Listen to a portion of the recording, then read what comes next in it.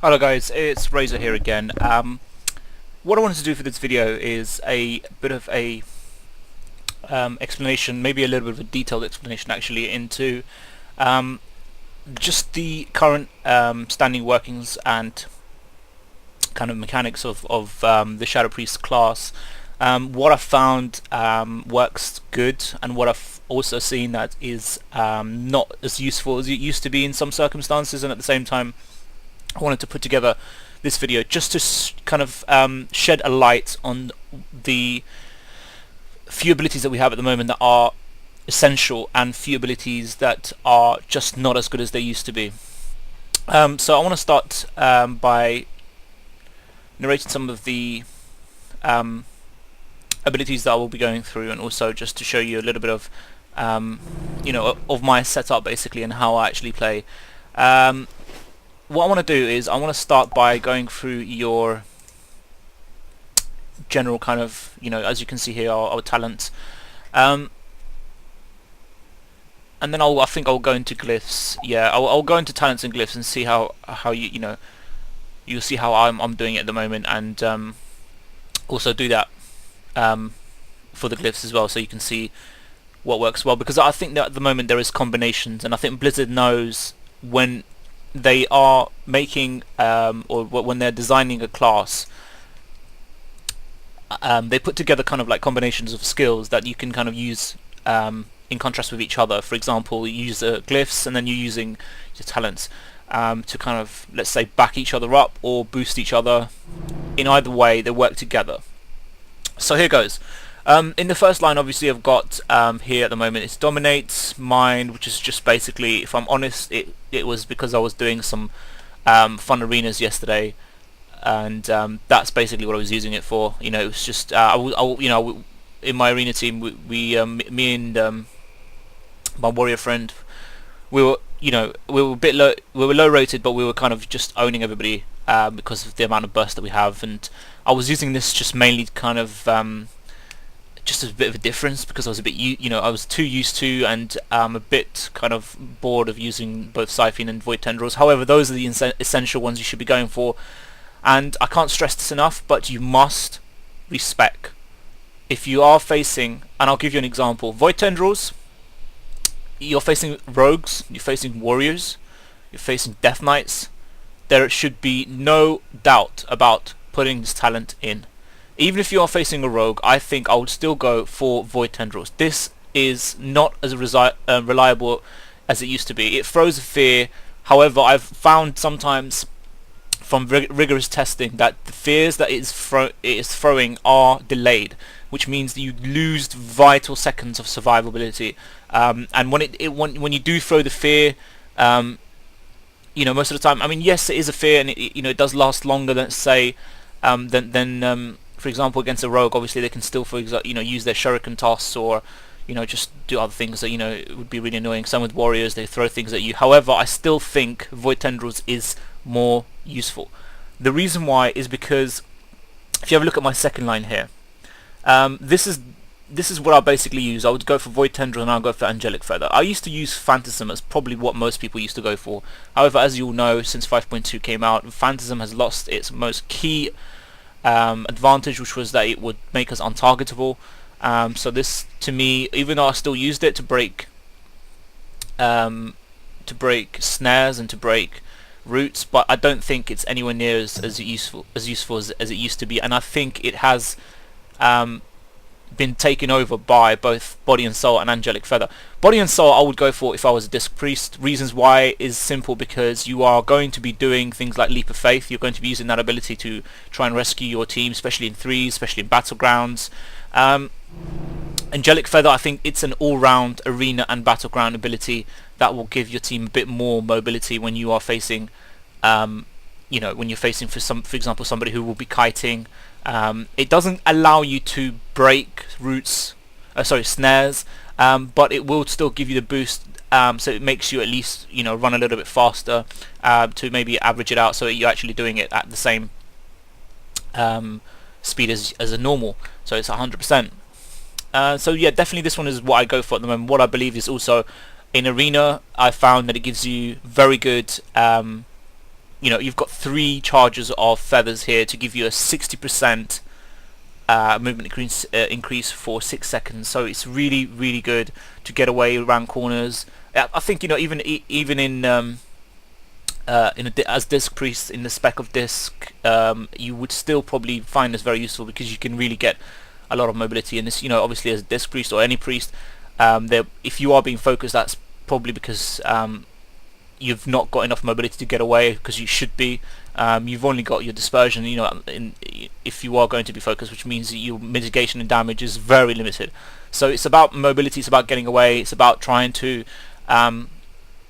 receive as less damage as possible.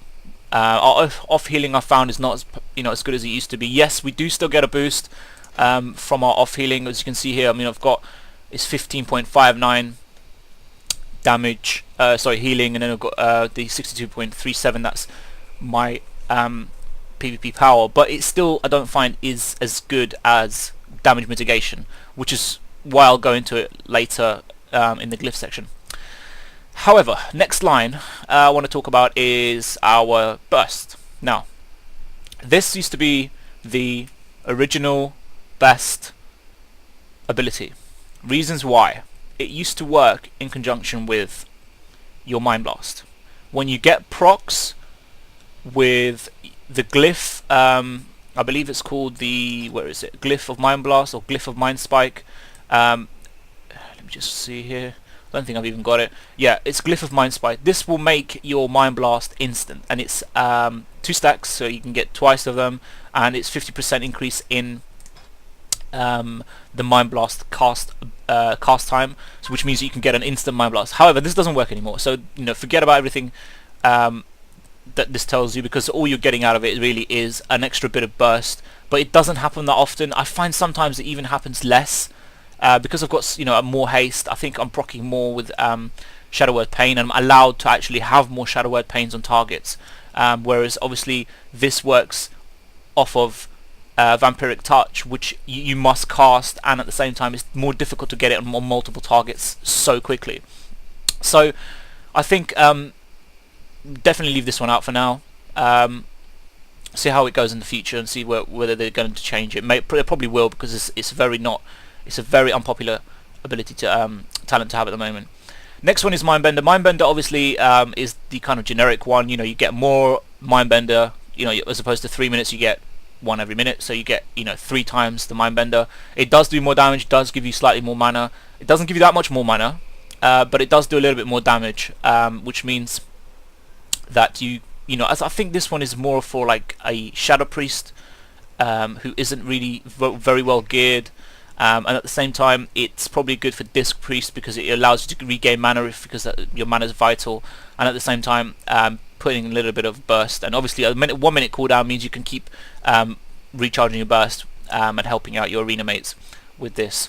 However, the overall, I think, winner for this talent line is going to be Solace and Insanity. They've really focused on this, Blizzard, and the reason why I've chosen it is because they've buffed it, I think, beyond the rest of the talents we have in this line.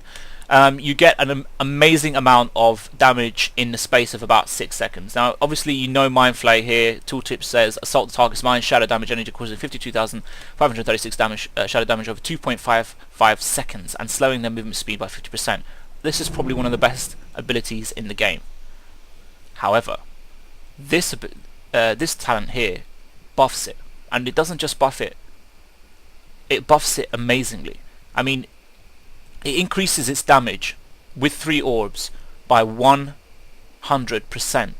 Now, if you consider this increased by 100%, it means you're getting double the amount of damage. So 52,000 turns into 104,000.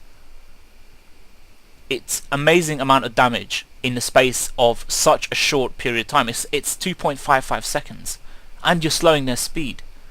You know, it's already a good. You know, if they're going to buff one of the best abilities any class has, you know, it's a no-brainer. You must go for this because I think it does. I mean, if you guys have seen my video with the burst that I do on my Shadow Priest, it's insane. It does like between 4 to 5 seconds, and you burst them down from full to nothing.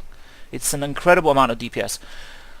One thing you've got to keep in mind about this ability, which I wanted to mention, is you have three. If you have as much haste as I do here, I've got 17.67% haste. So you've got about 5,127. I believe if your haste is just above 5,000, you get 3 chances to cast Mind Flay. Because you're doing it as long as obviously this works in conjunction with Devouring Plague. So as long as your Devouring Plague is on the target, you can keep casting your Insanity Flays. Now, each time you cast it, it does, as I said, about 104, roughly around 104 damage on obviously this is before Resilience, but about 104 damage. If you cast it 3 times, which I can do, then you get about something crazy like 300k worth of damage just from Mind Flay. You know, it does an amazing amount of DPS. Now, not forgetting, you already have your Shadow Word Pain on them. You already have your Vampiric Touch on them. You already have your Mind Blast on them. Well, obviously you have to have your Mind Blast on there because that's how you get your orbs. But throwing all of these, including Devouring Plague, which is one of my best abilities for burst, as well as having the very much increased damage from this, is amazing. And that's why I was able to create the video where I was bursting people down between 4 and 5 seconds, and that's enough, not giving them enough time to even think about what ability they're going to use to counter, and that's key, because it's about doing it quickly and efficiently enough. Now, obviously, I'm talking about raw damage here without the mitigation of resilience, damage mitigation of resilience, which you've got to consider. But at the same time, you've got your power and you've got your PvP power, which will give you that extra that extra effectiveness.